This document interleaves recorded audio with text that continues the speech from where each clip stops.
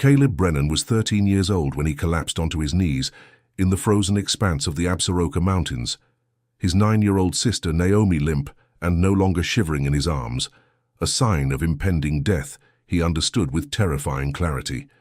With his 5-year-old brother Seth barely conscious on his back, Caleb screamed a desperate, raw prayer into the blinding January snow, begging for a miracle he no longer believed was possible. The wind stole the sound from his lips, a final unheard cry against the indifferent white wilderness that was swallowing them whole.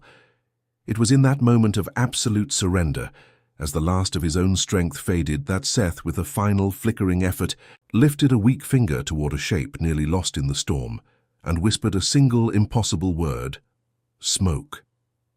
This is a story about the unyielding power of hope against the coldest of betrayals, and it is one that deserves to be heard until the very end.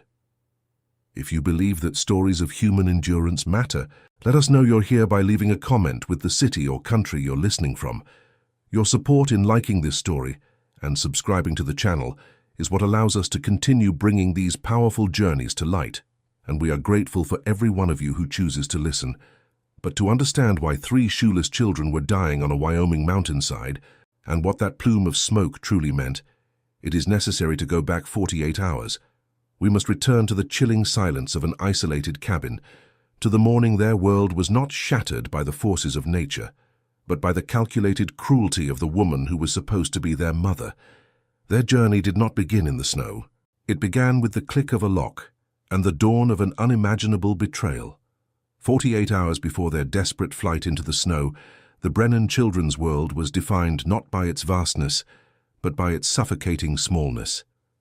Their universe was the 4 walls of the log cabin their father had built, a space that once echoed with their mother's songs, but now held a silence as cold as the iron stove. Caleb Brennan, at 13, was the keeper of that silence. He had learned its language, its textures, and its sudden, dangerous shifts.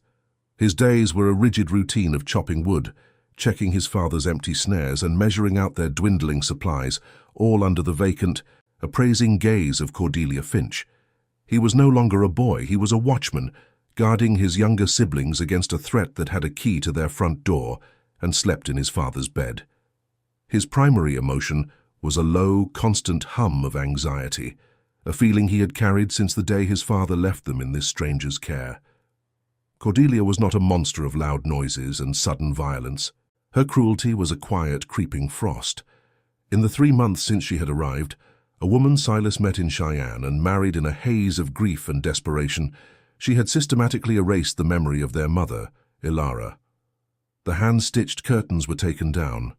The scent of baking bread was replaced by the smell of boiled beans and resentment, and the children's drawings were used as kindling.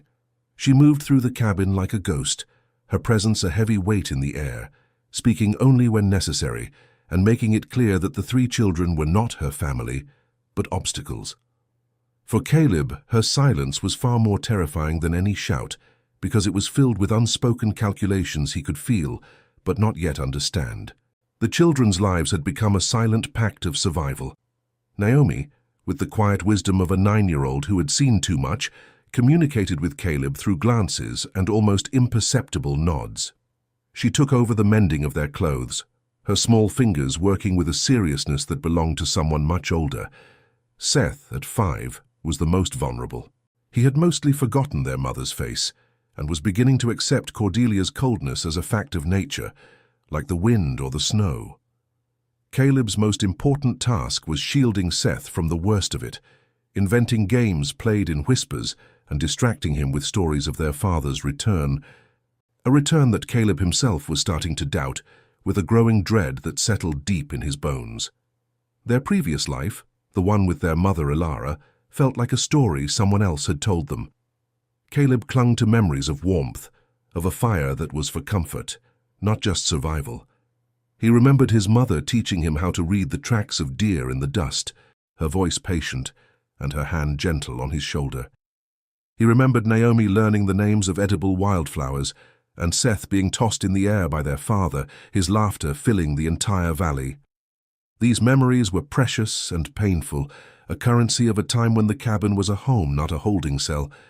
Now every corner of the house was haunted by the absence of that love, Avoid Cordelia's presence seemed to actively deepen each day. The source of Caleb's immediate fear was the calendar hanging by the hearth, a relic from his mother's time. Silas Brennan was supposed to have returned by the middle of January, his trapping season complete.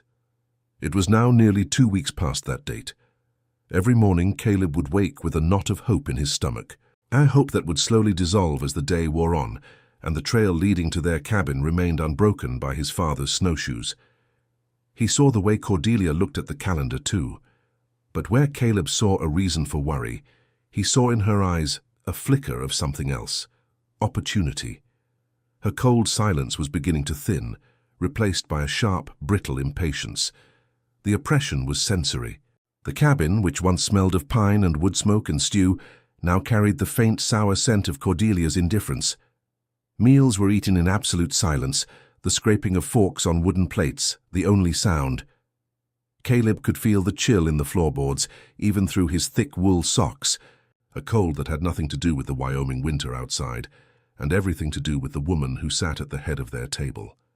He had a recurring nightmare where the cabin itself was turning to ice around them, the log walls glittering with frost, and when he tried to call for his father, his breath froze in his throat. He would wake from it with his heart pounding, the dream feeling less like a fantasy and more like a prophecy. His father, Silas, was a good man, but a man broken by grief. Ilara's death from a sudden fever the year before had hollowed him out, leaving him adrift. His marriage to Cordelia had been a desperate act, a clumsy attempt to put a bandage on a wound that required surgery. He saw her as a caregiver, a solution to the problem of his long absences as a trapper. He had been so lost in his own pain that he failed to see the emptiness in her. Before leaving for the winter, he had knelt before Caleb, placing his hands on his son's shoulders. He told him to be strong, to look after the others, and promised he would be back before the deepest snows fell.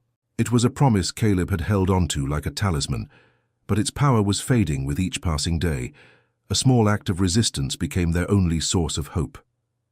Tucked away in the small loft where the children slept was a wooden box containing their mother's things.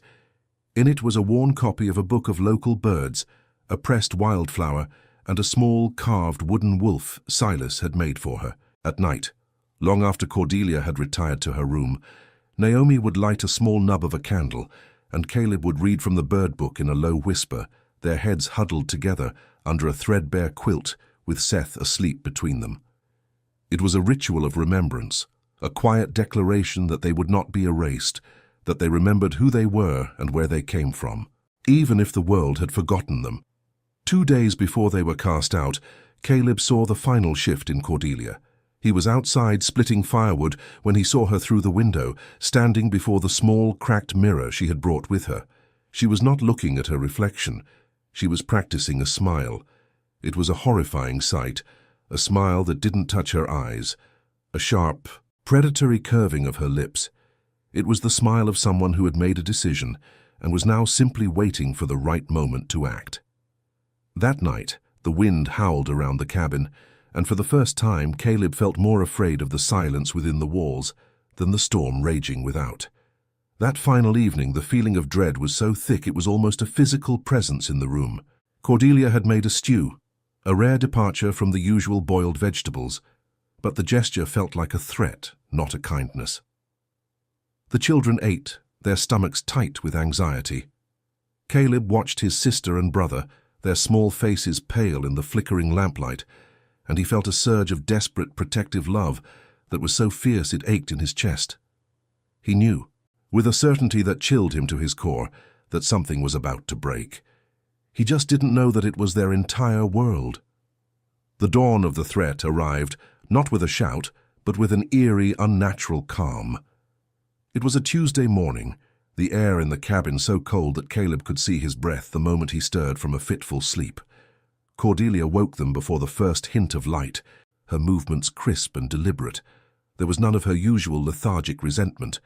Instead, an electric energy seemed to emanate from her, a brittle anticipation that made the hairs on Caleb's arms stand up. She had laid out their clothes, not their warmest ones, and was standing by the hearth, her back to them, watching the dying embers. The strange stew from the night before sat heavy and cold in Caleb's stomach, but the A final deceptive act of kindness before the strike. He knew this was it. The waiting was over, and whatever she had been planning was about to unfold. She turned to face them, and she was wearing the smile. It was the same terrifying, practiced expression he had seen her rehearsing in the mirror. A sharp, bloodless curve of her lips that held no warmth, only triumph. It was a victor's smile. She beckoned them closer, her voice smooth and devoid of its usual clipped impatience. Naomi took Caleb's hand, her small fingers cold and trembling. Seth, still groggy with sleep, stumbled toward her, expecting perhaps a morning task. Caleb's mind raced, trying to find an escape route, a way to diffuse the moment, but he knew it was useless. He was a 13-year-old boy trapped by geography, and a predator who had just declared checkmate. He could only stand there, a shield for his brother and sister, and wait for the blow to fall. "Your father is not coming back," Cordelia announced, her voice flat and final, like a stone dropping into a deep well.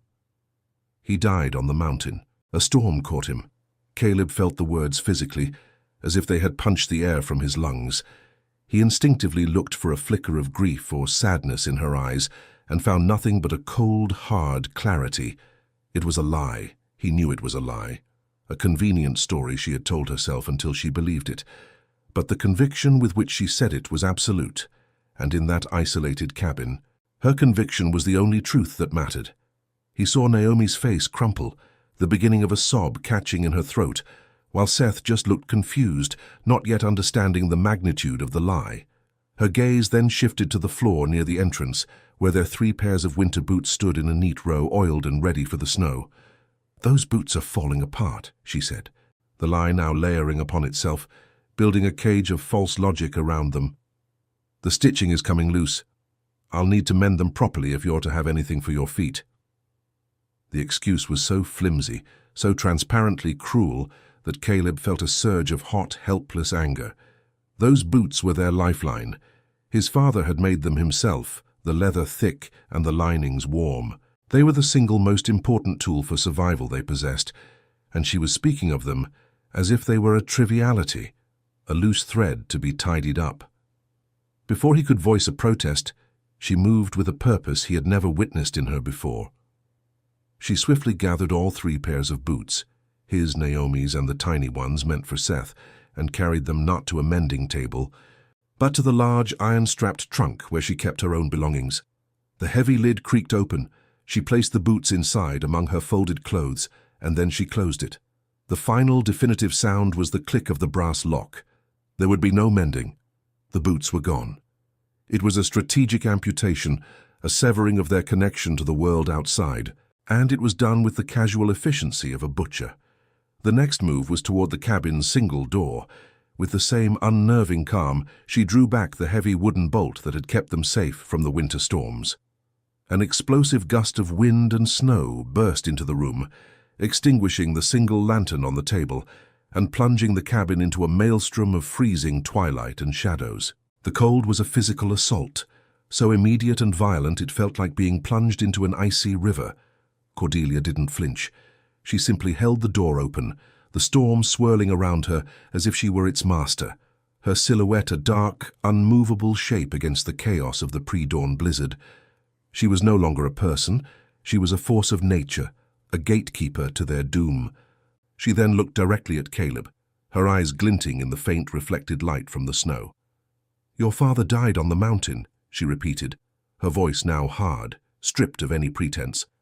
"And this house is mine now. Disappear." The word hung in the air, sharp and pointed as an icicle. It was a command, an erasure. Then came the final, venomous threat, the one designed to ensure they would never seek help or be found. "Disappear before I ride to town and tell the sheriff I caught you stealing the family silver." She was not just casting them out. She was branding them as criminals, ensuring that even if they survived, they would be hunted. And then, with all 3 of them standing shoeless on the rough, cold floorboards, she stepped back inside just long enough to use her full weight to push the heavy oak door shut against the wind. For a terrifying second, there was only the sound of the howling gale. Then came the sound that sealed their fate, a sound that would echo in Caleb's nightmares for the rest of his life, the solid metallic thud of the bolt sliding back into place. It was the sound of abandonment. The sound of a world shrinking to the size of a locked door, with them on the wrong side of it, left to be consumed by the snow. They were outside. The reality of it was a shock, colder than the wind. Dressed in thin shirts and trousers, their bare feet already burning from the contact with the snow-dusted porch, they were utterly exposed. The darkness was nearly absolute, a swirling vortex of white and black, and the noise of the wind was a physical pressure against their ears. Caleb pulled Naomi and Seth close, his mind a blank slate of shock. The warmth of the cabin, the smell of wood smoke, the entire concept of shelter was gone. Stolen from them in a matter of minutes. He understood with a horrifying clarity that Cordelia had not just pushed them out. She had sentenced them to death. For a frozen eternity that lasted perhaps only 10 seconds, Caleb Brennan could not move. The sound of the bolt sliding shut was more violent than a physical blow, a metallic finality that severed his connection to everything he had ever known. The world was reduced to the deafening roar of the wind and the immediate, biting agony of the snow-covered porch boards against the soles of his bare feet. He saw Naomi's face, a pale oval of shock in the swirling darkness, her breath pluming in front of her. He saw 5-year-old Seth begin to shiver, a convulsive, full-body tremor that signaled the beginning of their race against death. In that instant, there was no room for grief or rage, only a single, crystalline thought that cut through his terror. To stay on this porch was to die. It was a decision made not by his mind, but by the primal instinct to protect the two smaller, trembling bodies huddled against him. His first action was to pull them away from the door, to physically break their proximity to the home that had just violently rejected them. He stumbled off the porch, his feet plunging into several inches of fresh powder that was both deceptively soft and brutally cold, a searing burn that shot up his legs. He gripped Naomi's hand, his frozen fingers fumbling to find purchase, and she in turn grabbed Seth's. They became a 3-person chain, a fragile line of defiance against the overwhelming power of the storm. He had no destination, no plan, only the desperate, animalistic urge to put distance between them and the cabin. He imagined Cordelia watching from the window, waiting for them to fall, and that image alone was enough to fuel his first few agonizing steps into the suffocating white darkness that surrounded them.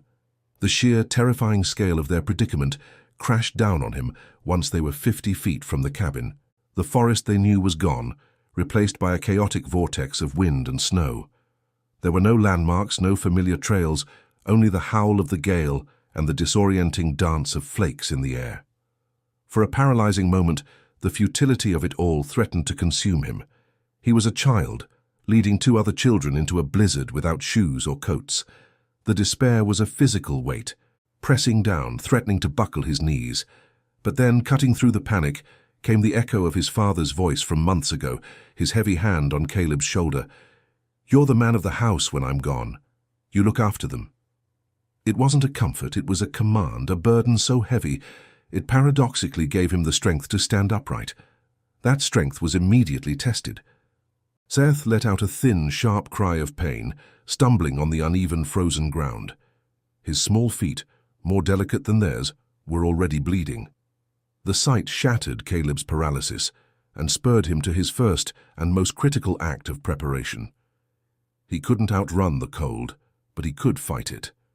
He pulled his siblings into the meager shelter of a thicket of young pines, the branches deflecting the worst of the wind, and made a crucial sacrifice. Without a second of hesitation, he ripped the flannel shirt from his own back. The icy wind immediately attacked his exposed skin, a brutal shock that stole his breath, but he ignored it. His own comfort was a currency he no longer possessed. It had to be spent on them. His fingers, already clumsy and stiff with cold, fumbled with the thick fabric.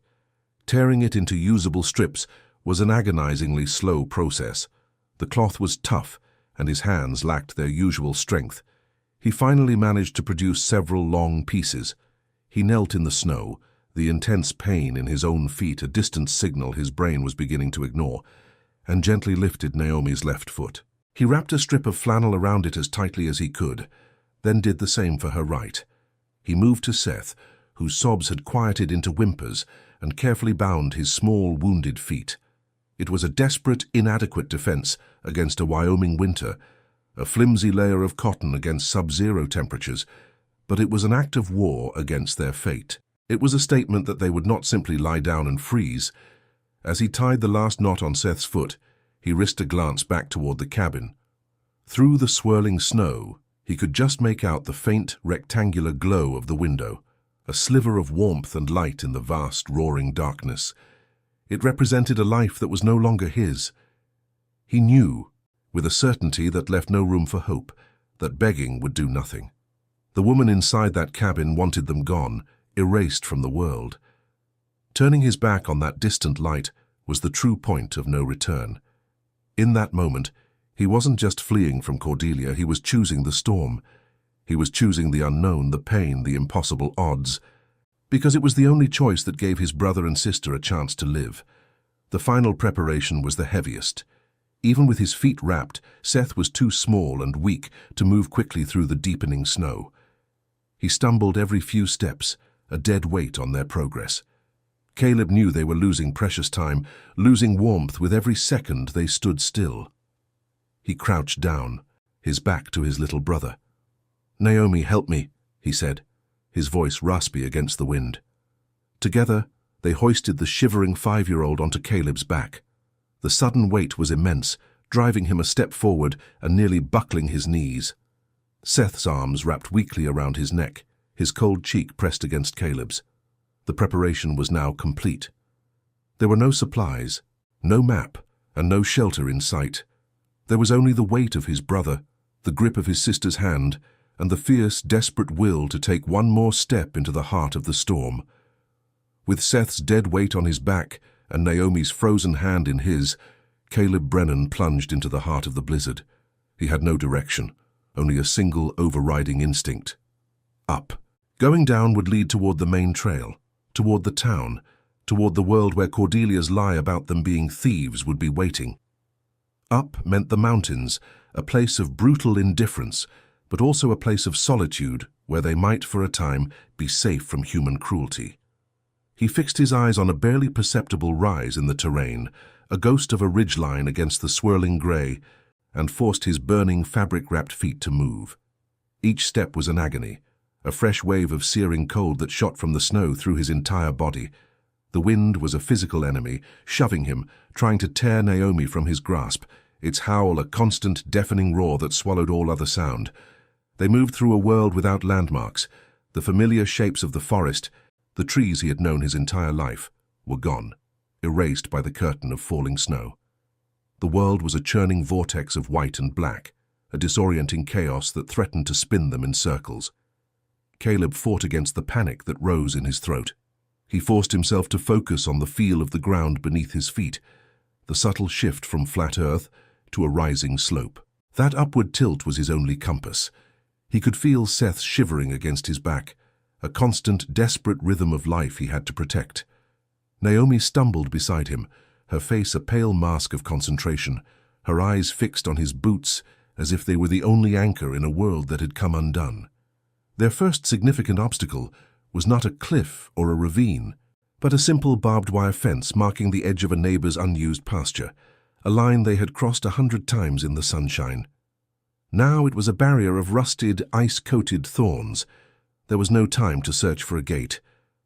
Caleb shielded Seth's body with his own as he pushed between two wooden posts, the wire tearing at his thin trousers and scraping his skin, the pain a distant, secondary concern.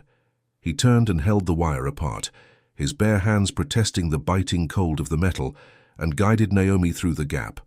The small act felt like a monumental victory, a successful breach of the first line of their prison, even as the storm raged on, indifferent to their small triumph.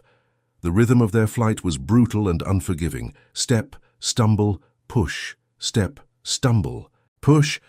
The deepening snow fought them for every inch of progress, its soft powder hiding a treacherous, uneven layer of ice and frozen earth beneath.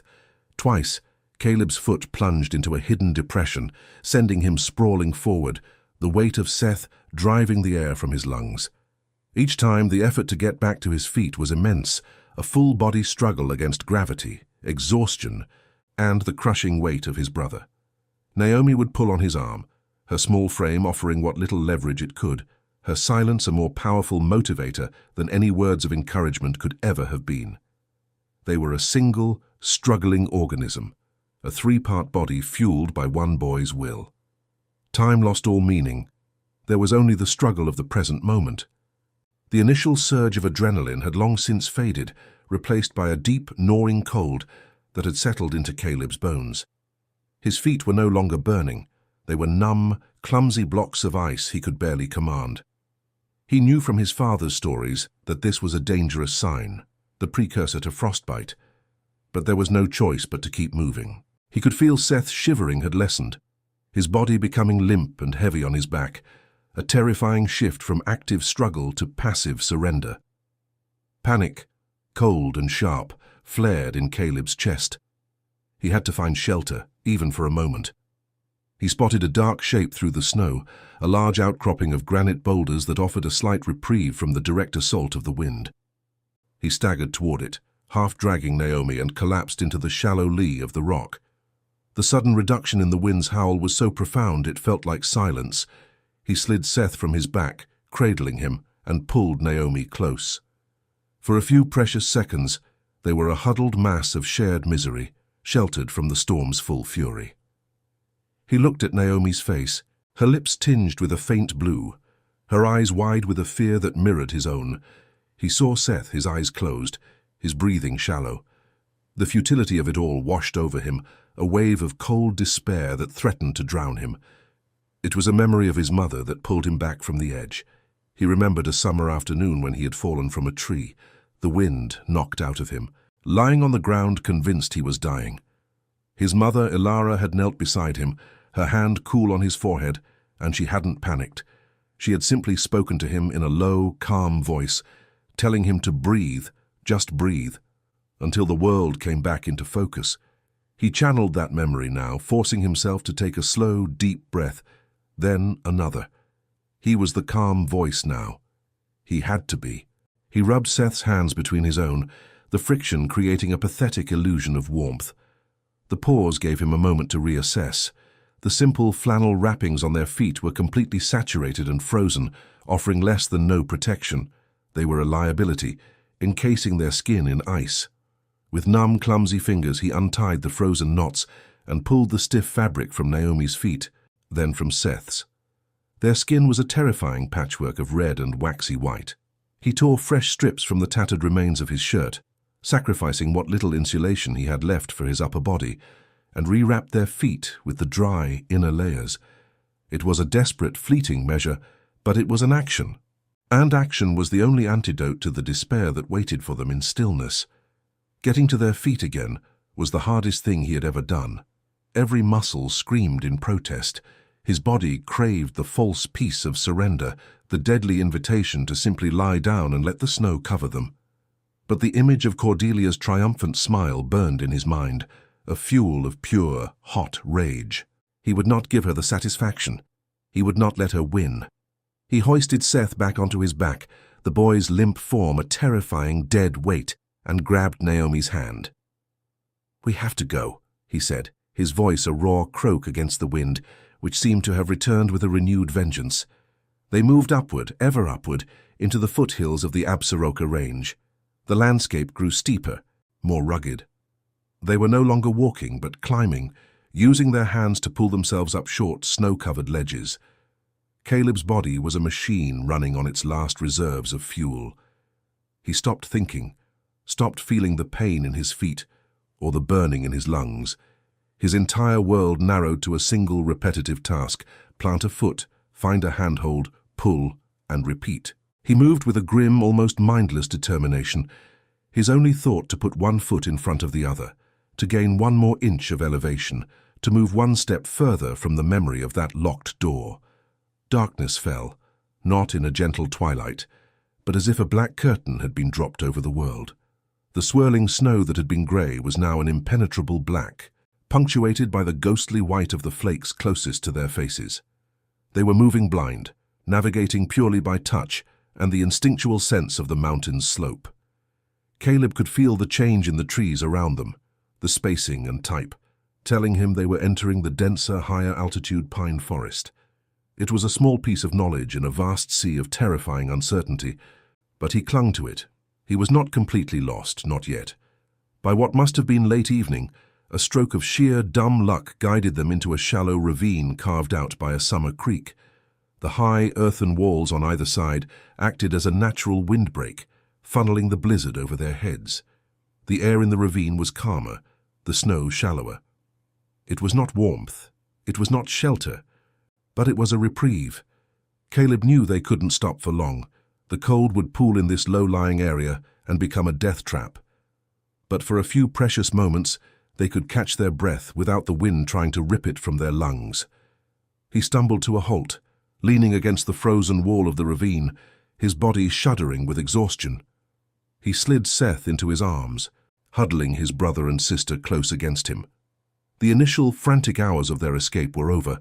They had survived the expulsion, the initial shock, and the first leg of their impossible journey. But as Caleb looked up at the sliver of raging black sky visible above the ravine, he felt no sense of victory.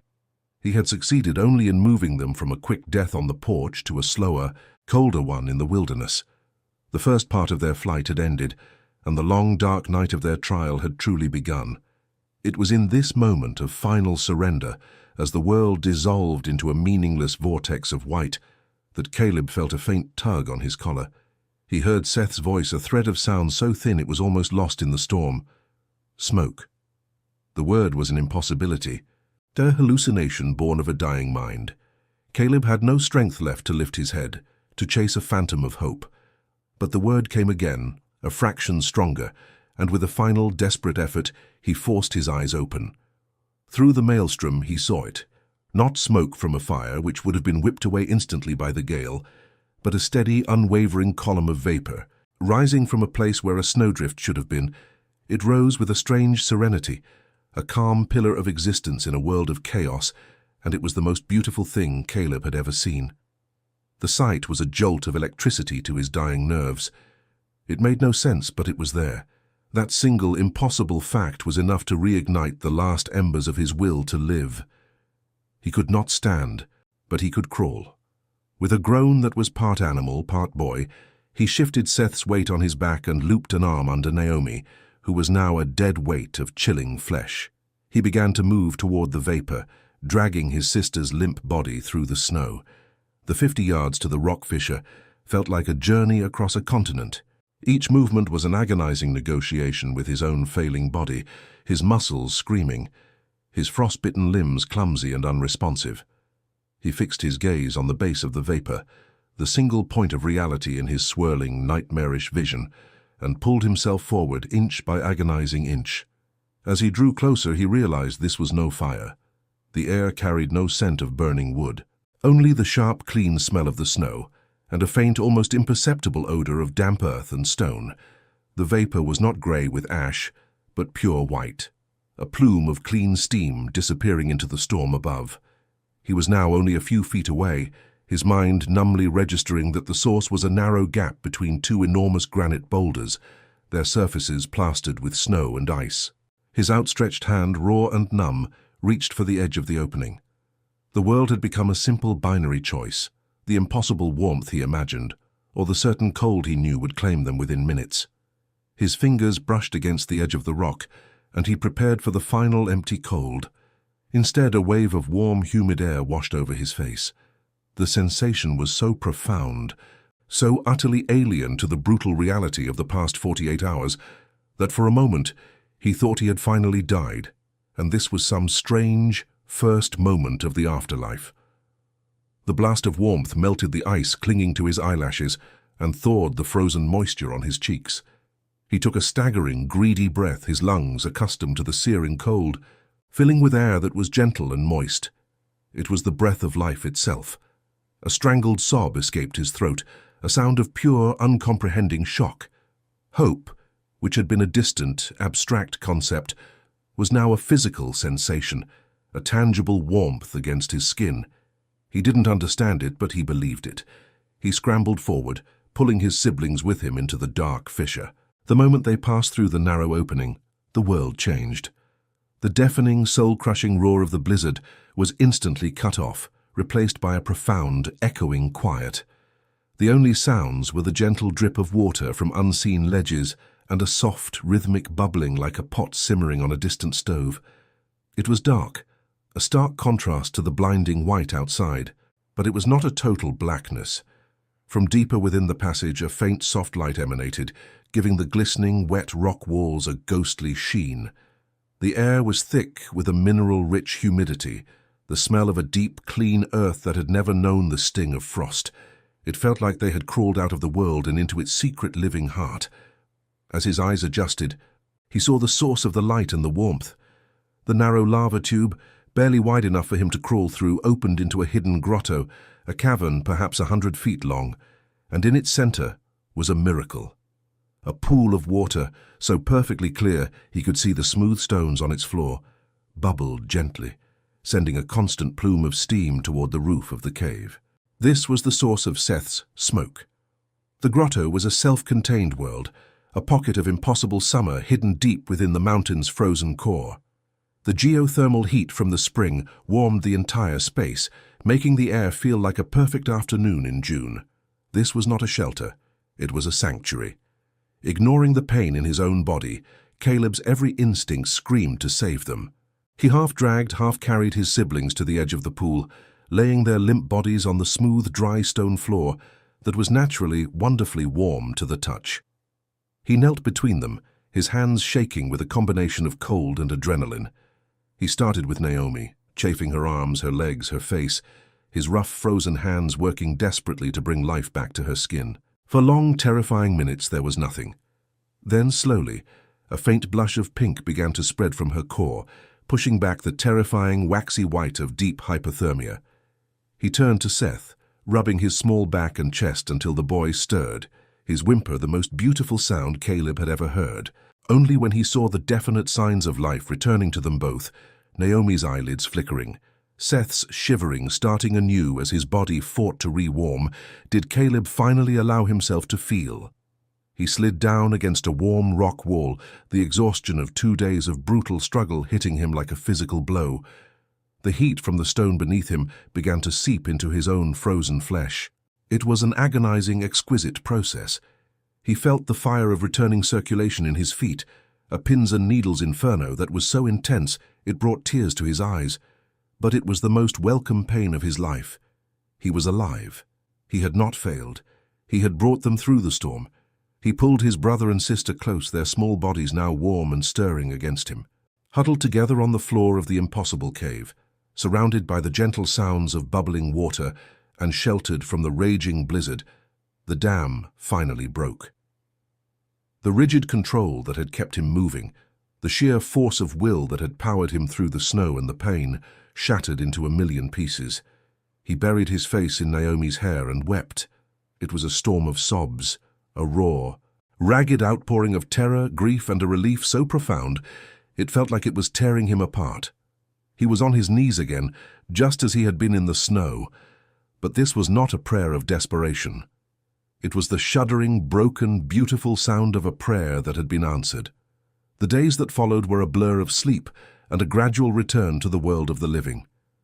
The cave, with its constant gentle warmth and the soft bubbling of the spring, was a womb of recovery. The initial terror of their ordeal slowly receded, replaced by the simple, immediate needs of survival. Caleb's first coherent thought beyond the safety of his siblings was of food. Their bodies, starved and brutalized by the cold, were desperate for sustenance. It was this primal need that led to the first layer of the revelation. As he peered into the crystal-clear water of the hot spring, he saw them. Small, ghostly, pale fish, swimming slowly in the deeper parts of the pool, their movements languid in the absence of sight. They were an impossibility, a secret harvest hidden beneath the stone, and they were their salvation from starvation. He showed Naomi, and her eyes, still shadowed with the memory of the storm, widened with a child's wonder that cut through the trauma. Using the tattered remains of his shirt as a makeshift net, Caleb found he could easily scoop the slow-moving creatures from the water. They cooked them on the flat hot stones that bordered the spring, the simple meal of steamed fish, the most exquisite feast they had ever known. For the first week, This was their entire world. The warmth of the cave, the healing water of the spring that soothed their frost-bitten feet, and the miraculous, ever-present fish. It was survival, a reprieve from death. But Caleb still felt like a refugee, a castaway hiding from the world that had tried to kill him, waiting for the food to run out. The second part of the miracle was revealed by Naomi. While Caleb focused on the immediate task of catching fish, she, with a quiet resilience that was her hallmark, began to explore the edges of their sanctuary. Near the mouth of the cave, where the warm, moist air met the cold, a unique microclimate had formed. Here, in a small patch of thawed earth, a cluster of tough, familiar-looking roots grew. She tugged one free and brought it to Caleb, her face lit with a hesitant excitement. "Mother's roots," she whispered, the name a relic from a time when their mother, Ilara, had taught them about the edible plants of the high country. Caleb's heart seized. He remembered his mother kneeling in a summer meadow, showing them this exact plant, explaining how its bitter root could be boiled to make it sweet. That evening, as they ate boiled roots alongside their fish, a profound shift began to occur in Caleb's mind. The presence of that specific plant, in this one specific place on the entire unforgiving mountainside, felt like more than just luck. It felt like a message. It was as if his mother's love had reached across the barrier of death itself, planting a garden for them in their hour of greatest need. The memory of her teaching was no longer just a painful ghost from a lost world.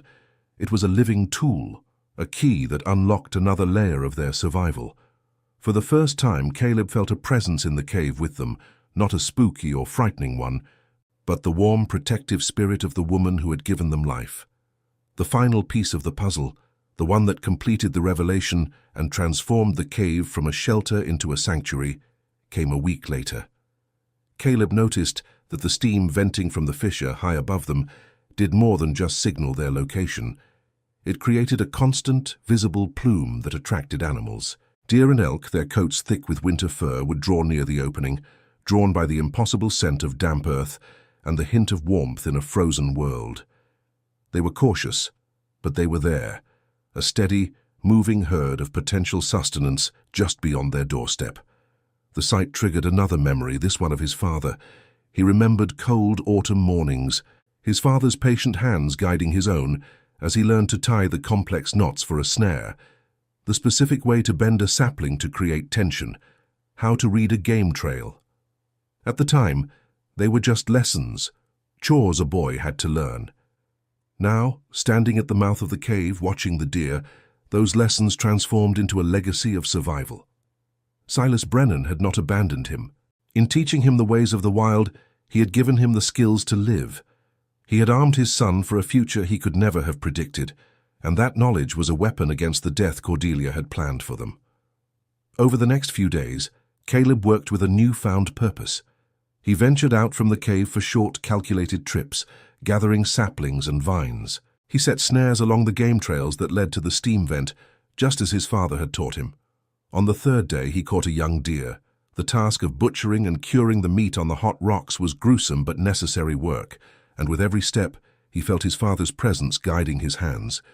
He was no longer just a boy hiding in a hole. He was a provider. He was his father's son, using the knowledge that had been passed down to him to protect his family, just as Silas had once protected them all. That night, with a fire made from scavenged wood crackling near the cave mouth, the smell of roasting venison filling the air, the full weight of the revelation finally settled over Caleb. This place was not an accident. It was a perfect system of provision, a hidden world designed for life. The water healed them. The fish fed them. The roots his mother had shown him grew at their doorstep. The animals his father had taught him to hunt were drawn to their very door. It was a web of perfect providence, a sanctuary woven from the threads of his parents' love and knowledge. They had not been cast out by the world to die. They had been guided, by some force he could not name, to the one place on earth that held everything they needed. He looked at Naomi and Seth, asleep near the fire, their faces peaceful and their bodies warm, their bellies full. They were not just surviving, they were living. The knot of cold, hard grief that had been lodged in his chest since his mother's death, the one that had tightened with his father's absence and Cordelia's cruelty, finally began to dissolve. It was replaced by a wave of gratitude so immense it was almost painful. He was not alone. His parents had never truly left him. Their love was in the skills they had given him, in the memories that were now a roadmap to life, not a monument to loss. He stepped to the edge of the spring and looked at his reflection in the still, clear water. The face that looked back was no longer that of a terrified, fleeing boy. It was thinner, scarred by the cold, but his eyes held a new light, a quiet understanding. He had been given a second chance, a miracle not of divine intervention in a flash of light, but of a slow, dawning realization that love was a force more powerful than winter, and that it had built them a home in the heart of a mountain. He didn't know what the future held, but for the first time since that terrible morning, he was not afraid. He was home.